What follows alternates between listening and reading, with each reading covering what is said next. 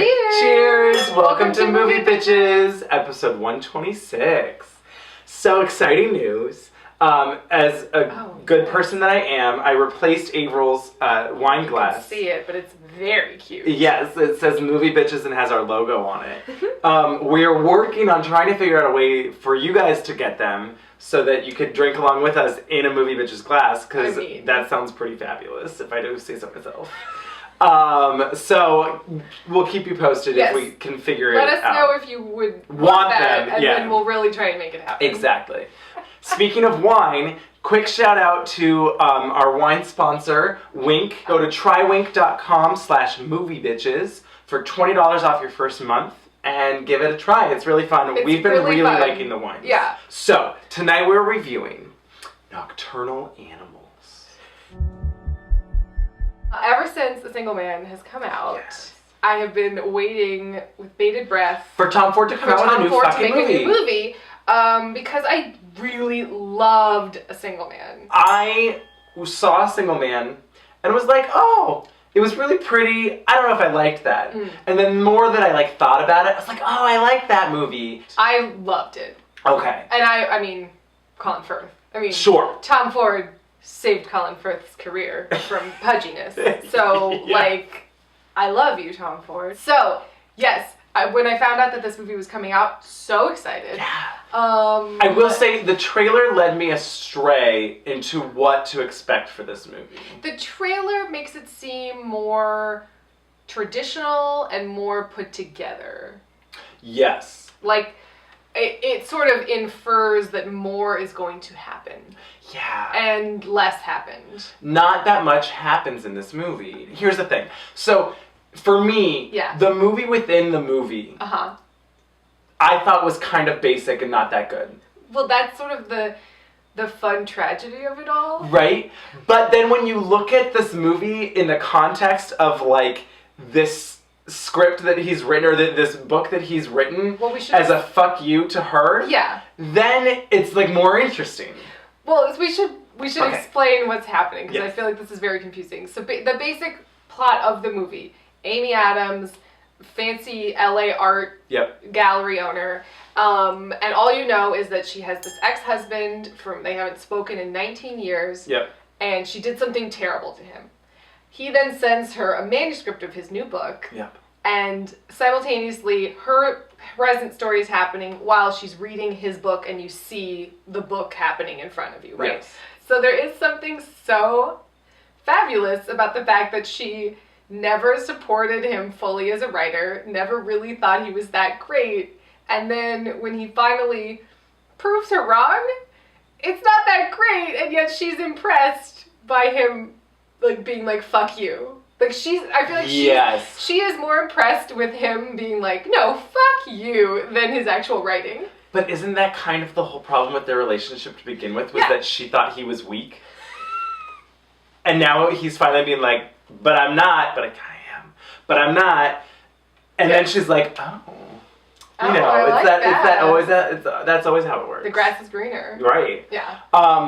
No, so spoiler alert, I feel like this is just one of those things. I'm going to assume you've seen this movie. Well, I would say it's very weird.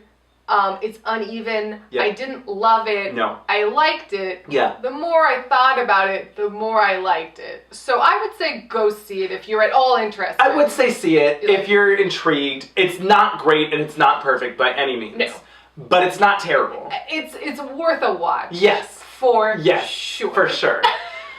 And there's some real bonkers stuff that I'm excited to talk about. Me too. So let's get into it. So the movie starts, and we're eating sandwiches. And the beginning, the first shot is just this obese, older woman, naked. Fully nude in slow motion, dancing. And then it proceeds to show about 4 or 5 other very obese women, fully nude, dancing in slow motion. And it was this sandwich was not a good call right now. I actually loved the opening. I did too. I was oh my god, I'm so shocked by what's happening. I love that. I love that they're taking that risk, and that this fashion designer is fuck everybody.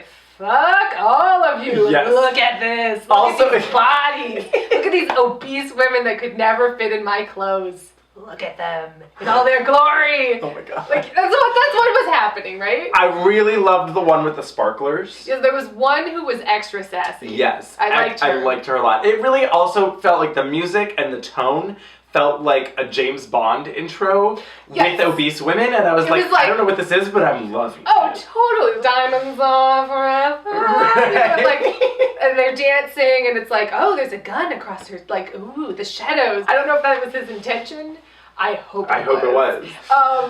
But yeah, so the whole opening is like full David Lynch. Yes. It's like, oh, the new season of Twin Peaks is out. Great! You know, like, an HBO, so it's just like fully nude women. And I was like, yes! I loved it. Like, I'm so excited to be shocked by a movie. Sure. Like, it's like, good. Oh, fabulous. Yeah. Well, so then it transitions into like a 80s De Palma-esque, like, there's this really melodramatic music, and everyone's walking into fancy houses, and the colors are really contrasting, and you're just like, okay, Brian De Palma, this is great.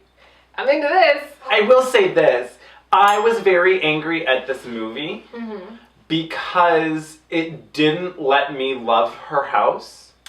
It was not giving me a Nancy Meyer's kitchen. I wanted to love her house, and they just would not let me do it. Yeah. And I was like, fuck you, movie. I want to, like, be obsessed with this house. Fragmented. It was always at night. It was always dark. Yeah, and it was like waiting tight for someone to murder someone. You know, I was just constantly being like, but what murder's going to happen? It was supposed to be, like, cold and forbidding and, like, not a home. Can I ask you a question? Yes. Okay. So, they explicitly say that she hasn't talked to Jake Gyllenhaal for 19 years. Right? Yeah, okay. When they're talking in the kitchen, and he's like, God, you haven't talked to him in years. And she's like, yeah, 19 years. And they say that she left Jake Gyllenhaal for Armie Hammer. So you would assume they have been together for 19 years. He's 30, she's 43. He would have been 11 years old. Yeah. And it was very unclear to me, like, why that was happening. I mean, I guess they were just trying to age him. They didn't. Yeah, okay. At all. Not really. I have a lot of questions about the timeline. Like, it was in the back of my mind the whole time. I was like, wait, what? Well, and I had a lot of questions in the back of my mind about their relationships, because the whole thing, I mean, I got angry because a lot of the stuff doesn't make sense, and you need it to make sense for this movie to work. Because the whole point is that Jake Gyllenhaal has sent her this book about how his wife and daughter were raped and murdered by these fuckers. And they are now dead forever. And basically, Amy Adams is those fuckers. And it turns out that apparently Amy Adams had an abortion of Jake Gyllenhaal's baby, and that's when he found out that she was cheating on him with this other guy. That was the big reveal. So the trailer, she's like, I did something unforgivable. Right. And so I was like, oh shit, did she like leave him in the desert to die? Like, I was like, let's get into it. Yeah. What'd she do? Like, I thought it was going to turn into like Blood Simple, where it's just like his gurgling body and she leaves him and then you're just like, oh no! And she just kind of cheated on him and had an abortion, and yes, that's awful, but they set it up to be like, what did she do? Oh no! And then it was like, oh.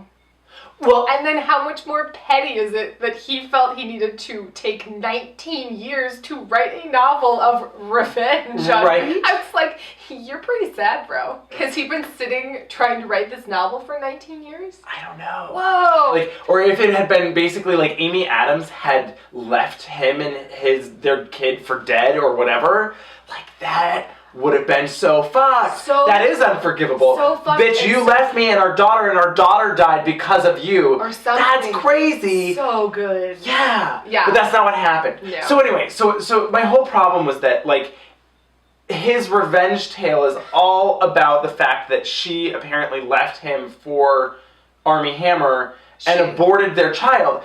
But now they have a child who's in college? Okay, so, like, I had a lot of questions about this, okay? So I Who's was a slut? I don't know!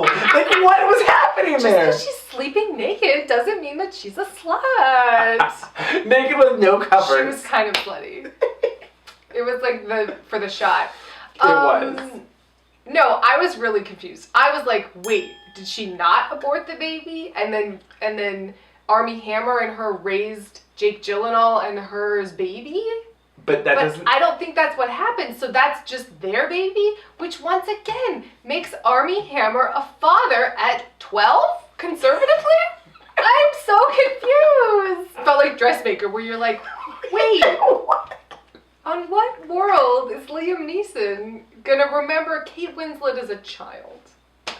It just doesn't make sense, guys. Just leave those lines out. We don't need the details. I'm all for younger man, older lady. Yeah. It's fine, but don't confuse me with this he's 11. Don't confuse me with dates. I did like that they're literally the only way that they aged her. Yes. It was like, oh, clearly she's younger here, she's older here. Is they just put her in the really, really wrong shade of lipstick when she was older. It was just like, oh no. Oh no. And then at the end, spoilers, she's going to meet Jake Gyllenhaal, right? And she puts on the awful wrong shade of lipstick for herself. And you're like, oh, girl. And then she wipes it off, and you're like, oh, you look 10 years younger. Yeah. So I will say this. Tom Ford knows how to set a fucking mood. Right? And when they switch, they have her start reading this manuscript, and it switches into this second movie. Yes. It was really intense. It was fucking tense. Right? I think I read or something. It's there's a 17-minute block of when they leave on the road. Basically, it's Jake Gyllenhaal and his fictional wife and daughter driving along an abandoned, dark West Texas road, and they get pushed off the road. They start having this conflict with these three guys, and there's just tension builds, and then it flattens out, and then it builds, and then it flattens out, and it's just this and then it just escalates and escalates in a very slow progression, and it was fantastic. Yeah, it really was. That whole section was the most engaging. Absolutely. I mean, that was really disturbing for me. It was upsetting. It was really upsetting, and I was just like, oh my god. And then you're just like, well, fuck, they're gonna get raped and murdered. What made it so upsetting for me was that I'm a little guy. Right. And so I was like, well, fuck. And I also am, you know me, I'm the type of driver that would be honking and flashing my lights and be like, what the fuck are you doing, fuckers? Get out of the fucking left lane. And so... that would have been me, and I'm like, oh my god. It put you there. It did. But then I was like, but no, I would have just fucking floored it and been like, fuck you. See, or I feel like I would have figured out a way to get around and away from them, but maybe I wouldn't. Maybe you wouldn't. I really was excited that somebody finally utilized the whole Amy Adams, Isla Fisher thing. How they look exactly the same. Yes. Yes. Oh yay! I'm like, oh goody.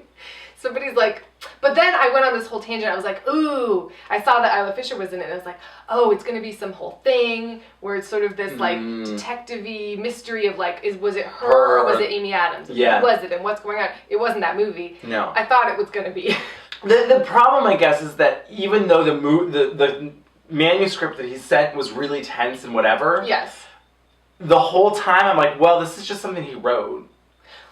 See, I didn't know necessarily. At first, I was like, oh, maybe this kind of happened, and she survived, and the daughter was killed, and she was raped, and she was like, you're weak, you let this happen to me, fuck you, and that was what she did, or something, I was going there. I wanted it to really twist the knife. It seemed like it took a lot of risks in some regards. It opens up with those women, which was whoa, this is, oh, hello. Yeah. But then it doesn't really, even though that whole scene is very tense, it doesn't ever get to a, super fucking dark place. It kind of was oh, you're reading a tense, airport novel. Right.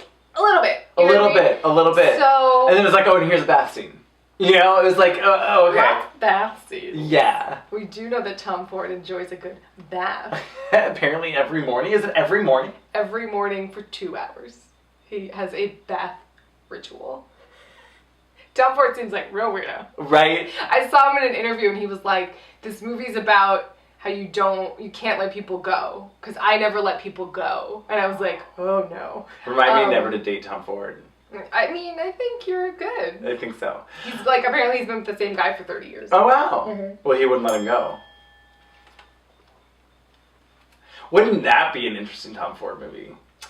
I feel like I would have preferred this if this was about two men. Oh my god. What?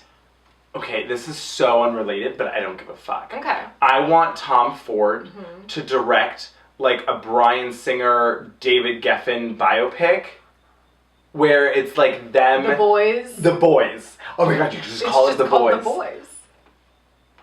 And it's just like, it's about the boys that are like kept in a cage in Bryan Singer's basement. No, not Bryan Singer, in David Geffen's basement. Allegedly. Yes.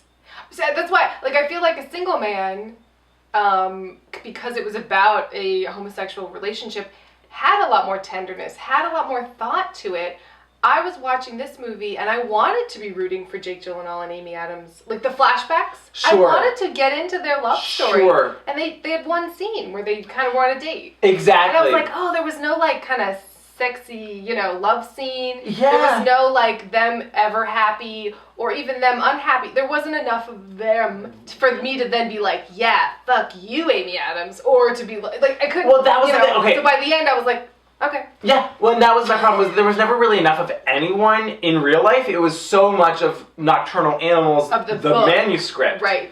And so... And had it been more parallel to what had happened, sure, but it was so not. It was like, what? It was so not. And so, that was my biggest issue. The movie definitely, like, when it was like, she had an abortion, and he found out about it, it was such this, like, drop the mic moment, and I was like, yeah, I mean...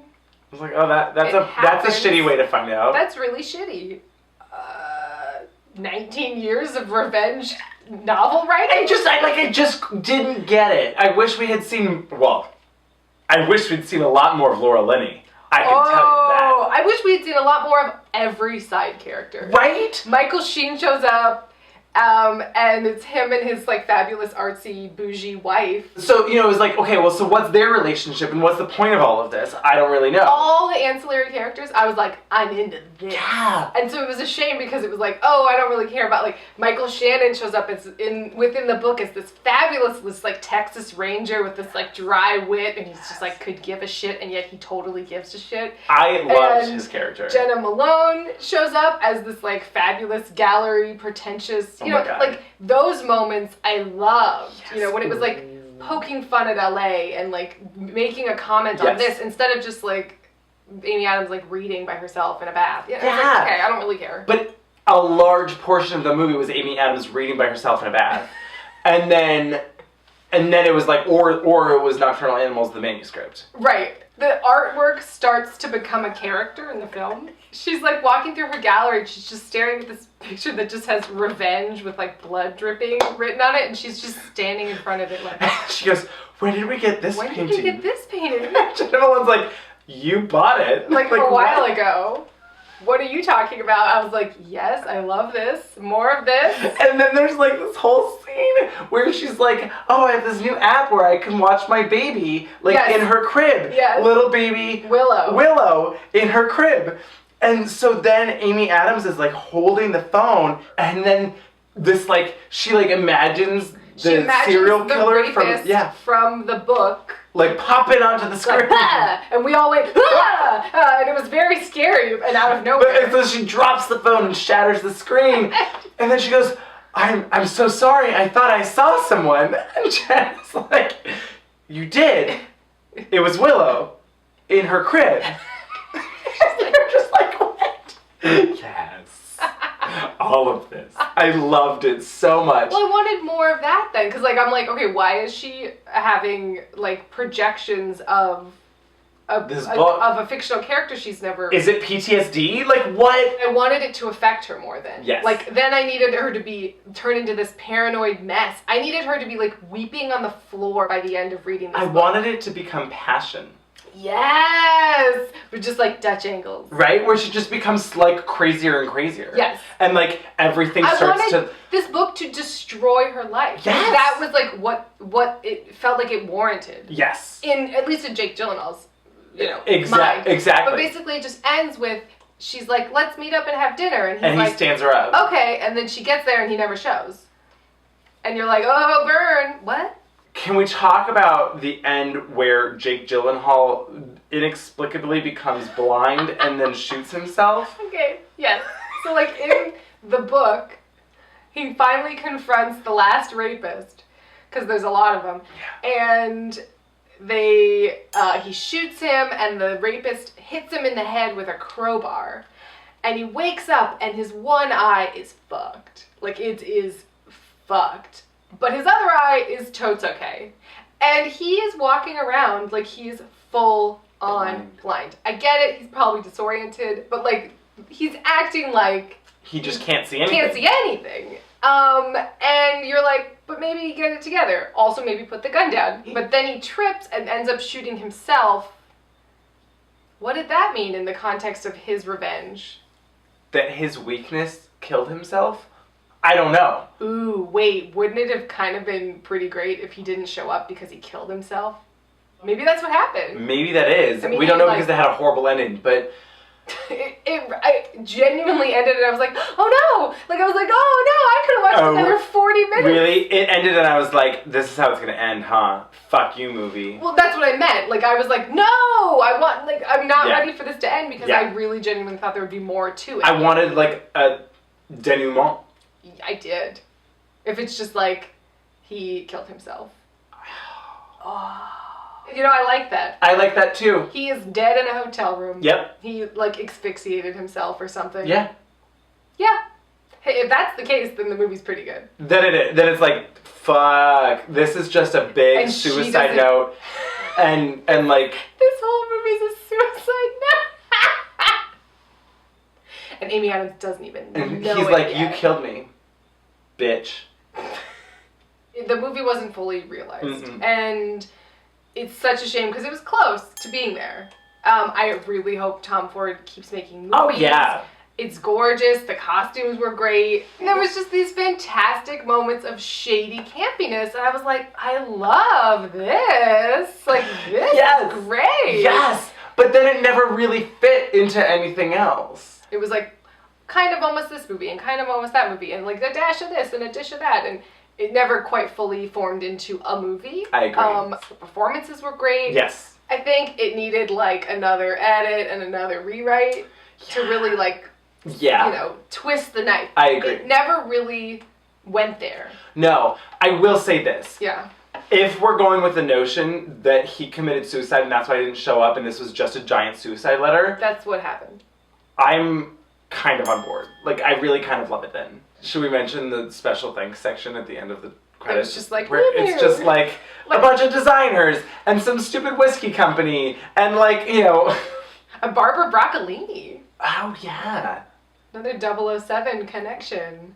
Weird. Maybe that's what the opening was. Maybe. I feel like I needed more of an opinion from Tom Ford. Yeah. About his own movie. Sure. So, loved all the side characters. Yes. Really loved all the camp. Did we talk about Laura Linney enough? We didn't talk about Laura Linney enough. She plays her shady mom. Her wig was a fifth character. Like, my God. I just don't even know. It was its own. It was its own character. It was fabulous. I really wanted more because it just became Amy Adams reading this book. Yes. And I needed more context of what that meant and why I cared. Mm-hmm. So... It felt unfinished. Yeah. I would still watch it. I would too, but it did definitely feel unfinished. That's the perfect way of saying it. Yeah. Yay, Tom Ford! Yay, Tom Ford! But, like, seriously, make more movies. Yeah.